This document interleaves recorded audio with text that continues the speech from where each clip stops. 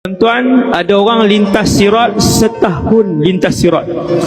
Dua, ada orang lintas sirat 10 tahun gila di atas sirat. Ada orang lintas sirat 100 tahun. Siapa yang lintas sirat? Orang kafir lintas tak sirat? Tak lintas. Hanya orang Islam melintasi titian sirat, termasuk munafik, termasuk fasik, termasuk orang Islam, dosanya banyak, pahalanya sikit. Termasuk orang Islam, pahalanya banyak, dosanya sikit. Saya sebut, manusia pertama yang melintas titian sirat adalah Rasulullah sallallahu alaihi wasallam. Siapa di belakang Nabi? Di belakang Nabi adalah VVIP umat Nabi Muhammad sallallahu alaihi wasallam. Wajah mereka seperti bulan yang mengambang, cahaya yang begitu terang benderang.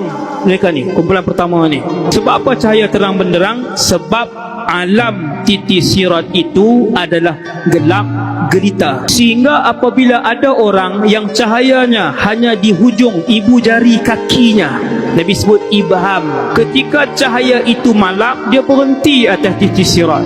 Sebab dia tak tahu nak ke mana. Kalau salah jalan, jatuh ke bawah, masuk ke dalam neraka Jahannam.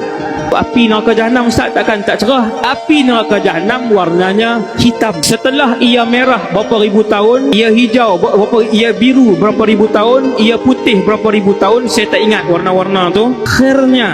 Akhirnya warna neraka Jahannam sudah tidak boleh dipanaskan lagi dan warnanya hitam. Walaupun titi sirat itu dibentangkan di atas neraka Jahannam, disebabkan neraka Jahannam itu gelap gelita, titi sirat itu juga gelap gelita. Hanya cahaya yang dibekalkan oleh Allah Subhanahu wa taala sahaja, mengikut kadar iman masing-masing. Kumpulan pertama yang naik atas titi sirat, VVIP umat Nabi Muhammad. Wahai Allah, jadikan kami semua malam ni VVIP umat Nabi Muhammad. Muliakan kami semua menjadi orang yang tidak ditimbang amalan mereka pada hari mahsyar nanti. Amin ya Allah. Yang duduk belakang Nabi semua VVIP. Sayyidina Abu Bakar sudah pasti nombor 1, Umar susun, ramai. Ada riwayat sebut 70,000, ada riwayat sebut lebih daripada tu. Jangan risau, lebih daripada bilangan itu. Cahaya mereka tak payah tanya banyak mana, sebanyak mana bulan mengambang, begitulah cahaya untuk setiap orang. Kelajuan mereka seperti kilat, 1 saat saja. VVIP seperti kilat yang laju. Nombor 2 seperti angin yang kencang. Nombor 3 seperti burung yang meluncur laju. Nombor 4 seperti kuda yang pantas bergerak. Nombor 5 seperti seorang yang berlari laju. Nombor 6 seperti seorang yang berjalan. Yang ke-7 orang yang merangkak. Yang ke-8 orang yang bawah tu apa dia?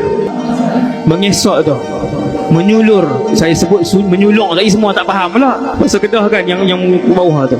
Ikut iman masing-masing. Ada orang hanya mukanya bercahaya, ada orang hanya tangannya bercahaya. Ada orang munafik ada cahaya yang malam, dia naik di atas titisan sirat, padam terus cahaya itu, padam.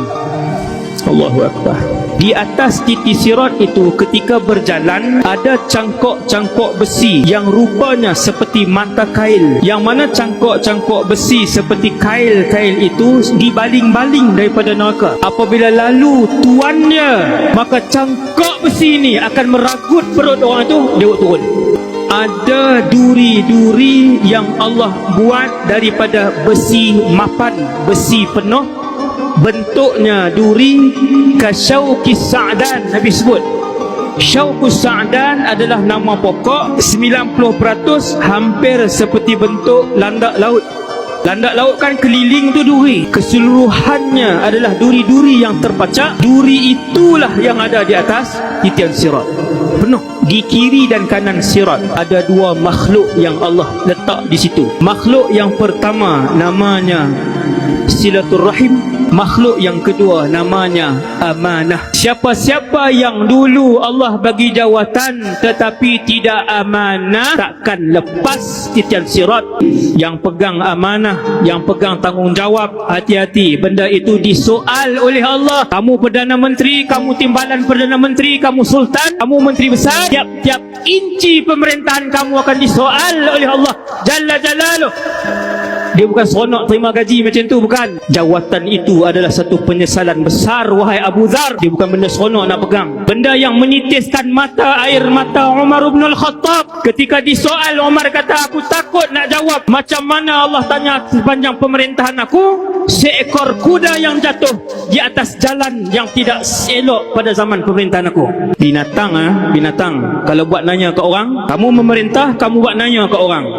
Berapa ramai yang menghantar ibu dan ayah, tak bela mak ayah, tak jaga mak dengan ayah, tak peduli mak dengan ayah. Berapa ramai yang putus silaturahim, hubungan dengan ibu, dengan abang, dengan kakak, dengan adik, disebabkan harta. Hati-hati, takkan selamat di atas titian sirat. Mesti jatuh, mesti jatuh. Jatuh masuk ke dalam gaung neraka Jahannam.